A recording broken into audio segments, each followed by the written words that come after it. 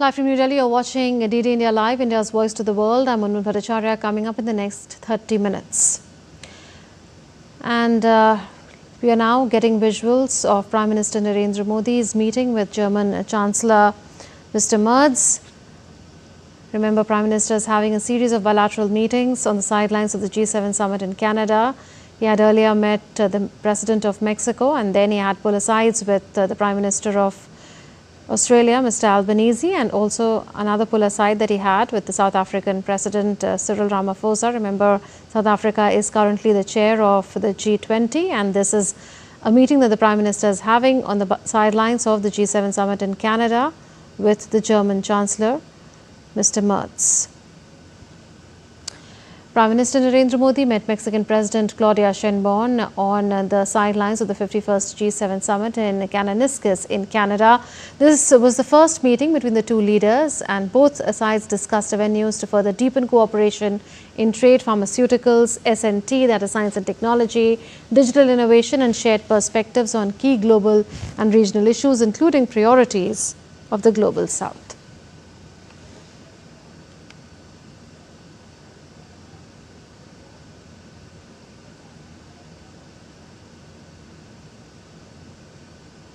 PM Modi met his Australian counterpart Anthony Albanese on the sidelines of the G7 summit in Kananaskis in Canada.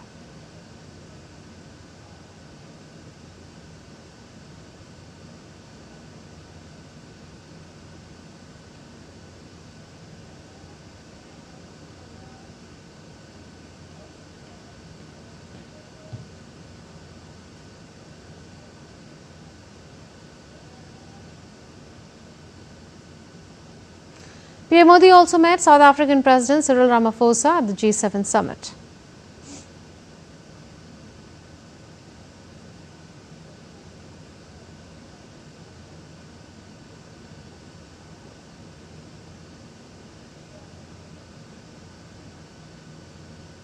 Earlier on Monday, G7 leaders called for de-escalation in the Middle East, starting with the Israel-Iran conflict as US President Donald Trump hastily left the group's summit. Trump, who was making his return to the international diplomatic calendar, departed the gathering in the Canadian Rockies a day early as ally Israel pounded Iran. After a day of statements backing diplomacy, Trump ominously took to social media to sound a warning to people in the Iranian capital, whose population is nearly 10 million. Having earlier hesitated at backing a joint statement on the crisis, Trump relented during a dinner at a forested lodge under the snow-capped mountains in Kananaskis. A joint statement released by Canada said that Israel has a right to defend itself and stressed the importance of the protection of civilians as the growing attacks kill civilians on both sides. The group of 7 nations have expressed support for Israel and labelled its rival Iran as a source of instability in West Asia. In a statement issued late on Monday, it said that the leaders called for peace and stability in the region. The joint statement backed by Trump, released by Canada, urged that the resolution of the Iranian crisis leads to a broader de-escalation of hostilities in the Middle East, including a ceasefire in Gaza. The statement also said that Israel has a right to defend itself and stressed the importance of protection of civilians as throwing attacks kill civilians on both sides. Britain, Canada, France, Germany, Italy, Japan, and the United States also stated their conviction that Iran can never have a nuclear weapon.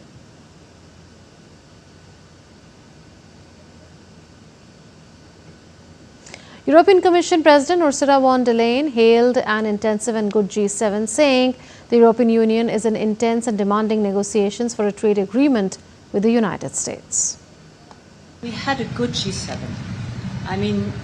Planned were 5 sessions. We've done 4 yesterday in the presence of President Trump.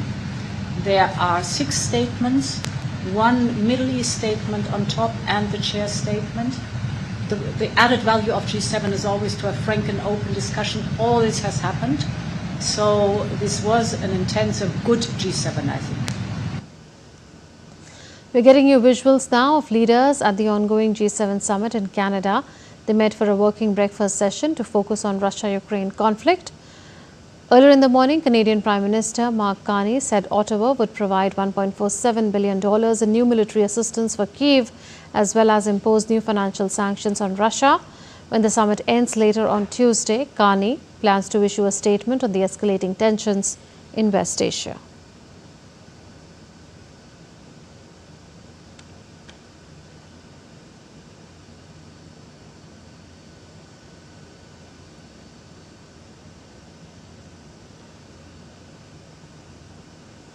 Canadian Prime Minister Mark Carney also hosted world leaders including Ukrainian President Volodymyr Zelensky and British Prime Minister Keir Starmer during the roundtable at the G7 summit.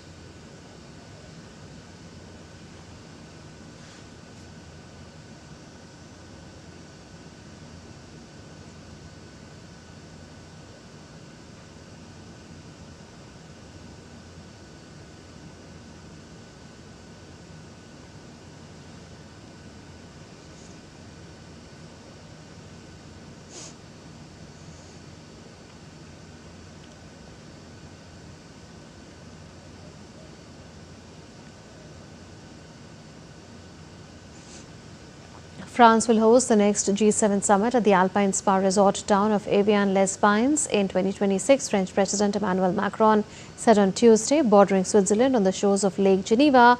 Aviation already hosted the G7 in 2006. It was also the first time that Russia had been invited to join, although it was kicked out of the group in 2014 after it annexed Crimea from Ukraine. The leaders of Britain, Canada, France, Germany, Italy, Japan, the United States and the European Union will meet in the summer of 2026. US President Donald Trump cut short his G7 summit earlier today.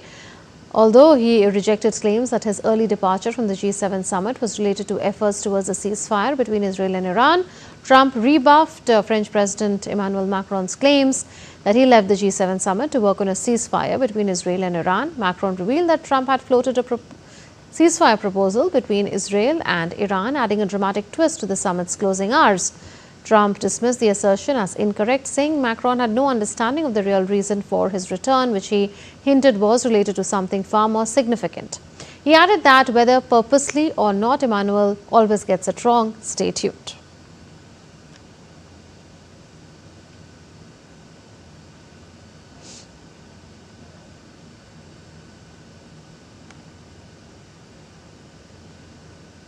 Iran's Armed Forces Chief of Staff Abdul Rahim Mossavi has issued a stark warning to Israeli civilians. In a televised statement, Mossavi urged residents of Tel Aviv and Haifa to evacuate immediately, citing imminent punitive operations against Israel. He stressed that previous Iranian strikes were meant only as deterrents, but hinted that the next wave could be far more serious.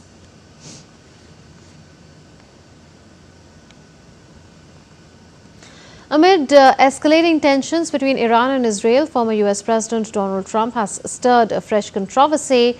Taking to social media, Trump claimed that the US knows the exact location of Iran's supreme leader Ayatollah Ali Khamenei, calling him an easy target, but added that he won't be taken out, at least for now.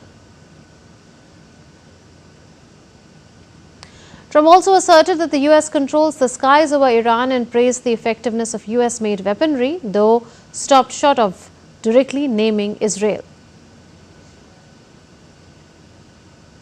Meanwhile, Iran's Revolutionary Guards say they have launched retaliatory strikes on Israeli air bases, which they claim have been used to launch attacks on Iranian territory. Tensions remain dangerously high.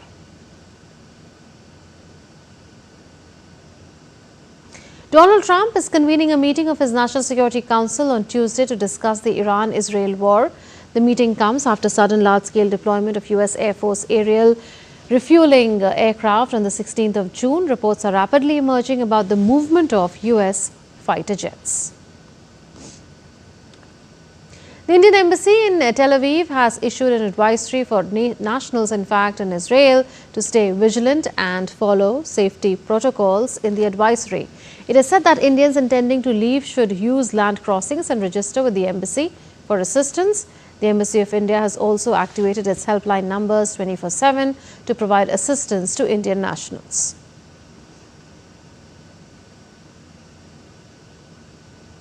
Those needing help or information may call on the following numbers or write an email on cons1.telaviv@mea.gov.in.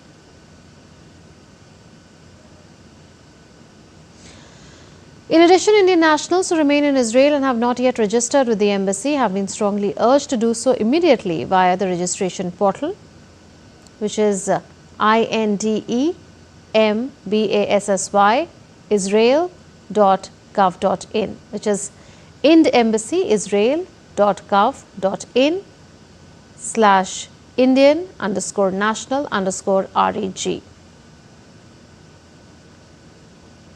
Akshay Dongre now joins us from the newsroom for more on this. Akshay, tell us about how India is ensuring that none of its nationals are really caught in the fire there as Israel and Iran conflict escalates. Well, Murmun, first of all, we saw how students were evacuated from the flashpoint areas as far as Iran is concerned. We have a huge student population that studies in Iran, that studies in Israel as well. So the first step that was taken, given the threat perception, was to move the students to more inner areas, safer areas. Many have also been asked to leave via Armenia, and other safe land routes have been given to the Indians that are living in Iran to leave the country, especially the capital of Tehran and other major cities that can be attacked by the Israeli defense forces. Similarly, hotlines are being established, people are being asked to register so that the movement of all of these people of Indian diaspora in these two countries can be tracked by the government of India as well as the embassies in these respective countries. So the situation is being monitored at every level. The Prime Minister, when he is in Canada for the G7 summit, it doesn't take away the focus of the Ministry of External Affairs from the things that are ongoing in Iran as well as Israel, and every possibility is being evaluated so that the Indians who are studying there or living there or are just there for business purpose are not left behind. They do not face any kind of threat because the threat perception in the last 5 days has only risen to new levels, and in fact for the 5th consecutive day both the countries are launching missiles at each other. Now there is no telling where these missiles, even if they fail, can land and they can even reach the civilian areas, and that is why people have been asked to evacuate major cities. In fact, both the respective governments have also been trying to create some sort of panic in the other country with Iran in fact calling for evacuation of major cities in Israel by the civilian population, and similarly Israel has been calling for the people of Iran to launch some sort of a revolution in the country. So that kind of a messaging is also being given by the countries to demoralize the other adversary. So the situation is escalating. US now is seemingly more interested in taking part in this entire conflict. In fact, you have rightly mentioned that aerial tankers that are used to refuel the fighter jets that operate for longer duration can be refueled, and these tankers have reportedly been sent by the US to help Israel in a possibility of any conflict. Similarly, aerial assets are also being deployed and are being activated, not just of the US, but also if you see a larger build-up of the NATO countries in and around the areas where this entire conflict is taking place, they are also on high alert. For example, an F-35 fighter jet of the British Air Force landed in Kerala. That was from the aircraft carrier Prince of Wales that was operating in the Indian Ocean, or rather the Arabian Sea. So the situation as far as a deployment of these countries, especially of NATO, is at an all-time high in this particular area. Along with that, all the other measures are being taken to ensure that whatever activity happens, the Indians who are living in these areas and can be impacted by it are also informed in a timely manner, and that is why all the hotlines are being kept open and are working round the clock so that people can actually reach the embassy in case of any grave threat to their lives. Right, and Donald Trump has put out some very interesting tweets. He says that we know exactly where the Supreme Leader is hiding. He's an easy target but is safe there. We're not going to take him out, at least for now. And then he also talks of unconditional surrender. So it seems as every sign that this crisis could escalate.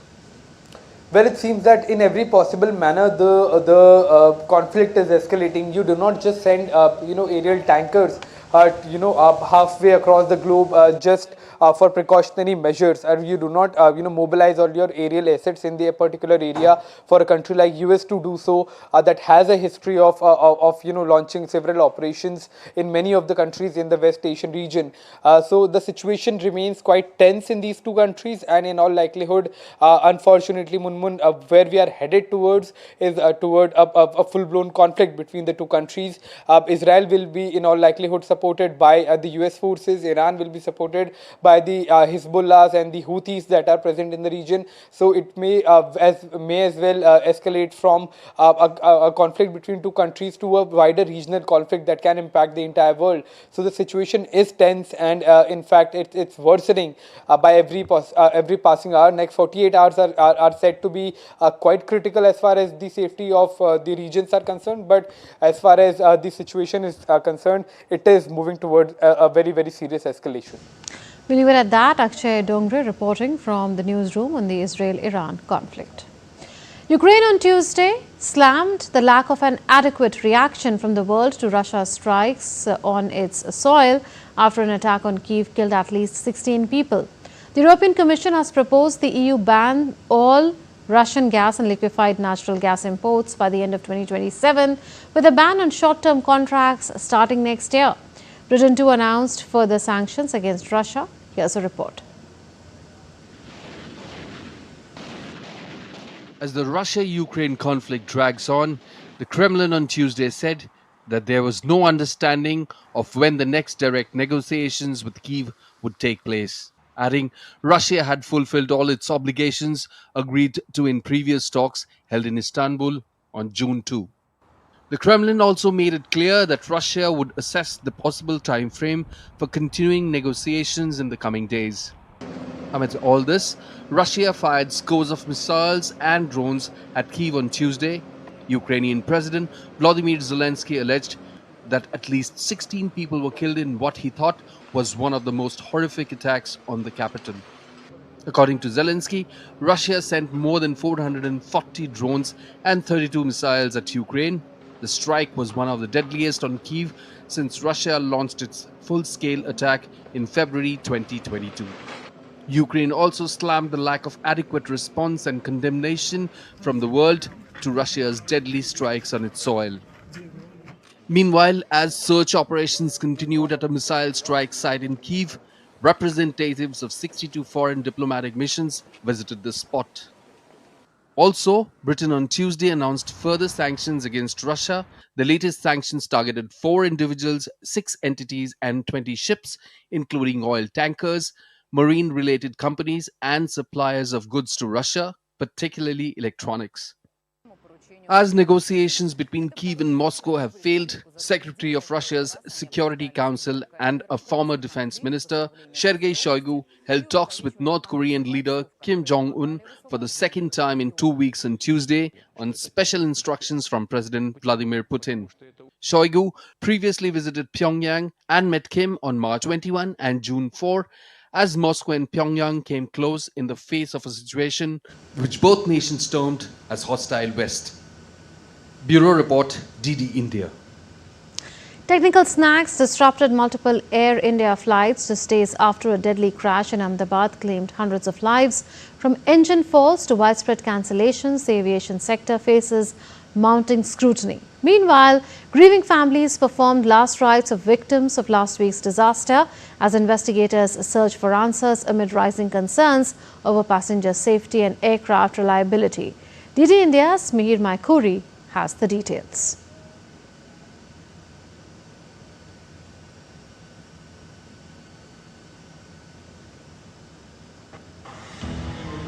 Just days after Air India's London-bound flight tragically crashed in Ahmedabad, killing hundreds, a troubling wave of technical snags is rippling through the aviation industry, affecting domestic as well as international travels.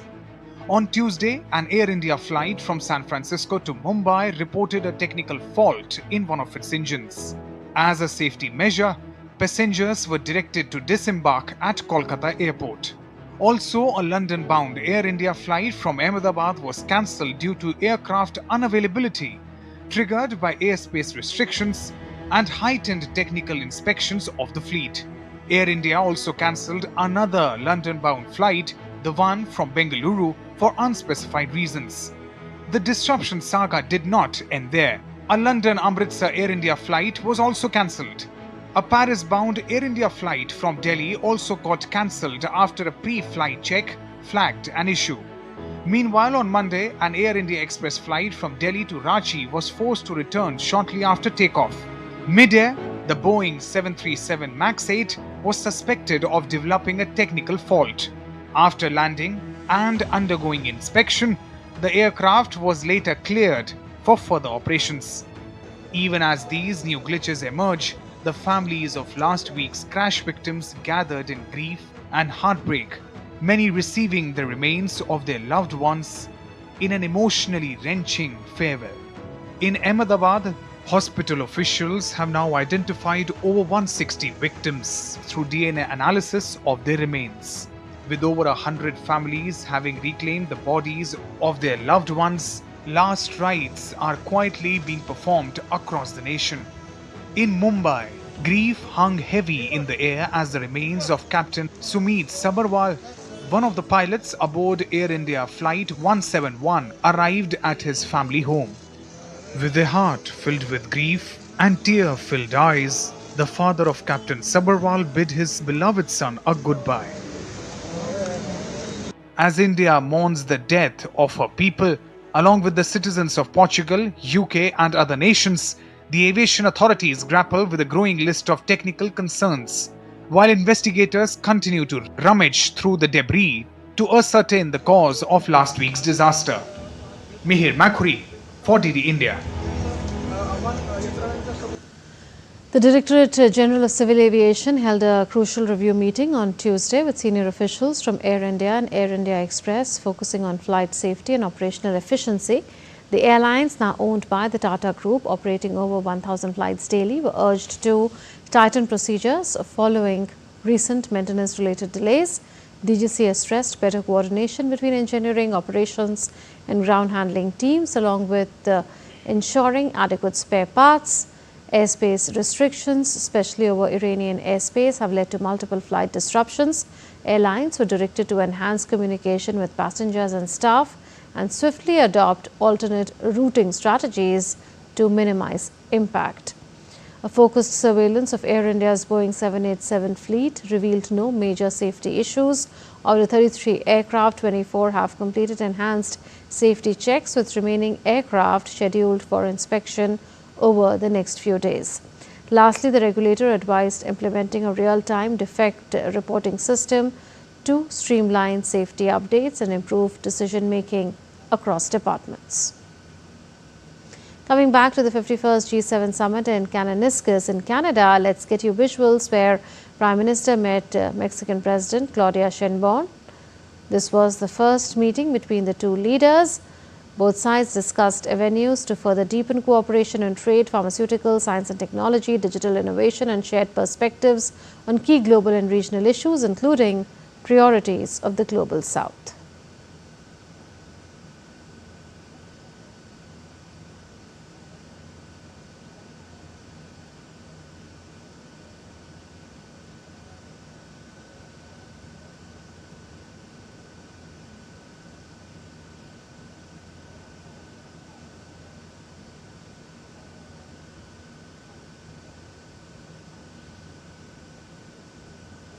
So like we told you, this was the first meeting between the two leaders. Both sides discussed avenues to further deepen cooperation in trade, pharmaceuticals, science and technology, digital innovation, and shared perspectives on key global and regional issues, including priorities of the Global South.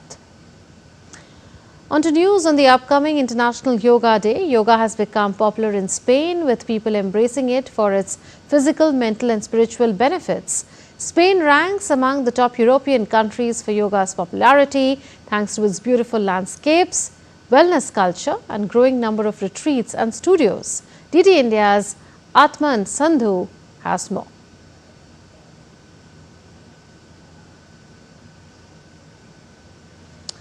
And we also are getting news that Prime Minister Narendra Modi met the leader of South Korea. Those are visuals on the sidelines of the G7 summit. Prime Minister Narendra Modi having another bilateral meeting on the sidelines of the G7 summit, this time with the President of South Korea, Lee Jae-myung, on the sidelines of the 51st G7 summit in Kananaskis, Canada. The two leaders reaffirmed their commitment to deepening special strategic partnership by exploring new avenues for cooperation through partnerships in areas of trade and economy, green hydrogen, critical and emerging technologies, shipbuilding, culture and people-to-people contacts, among other issues. They also discussed regional and global issues.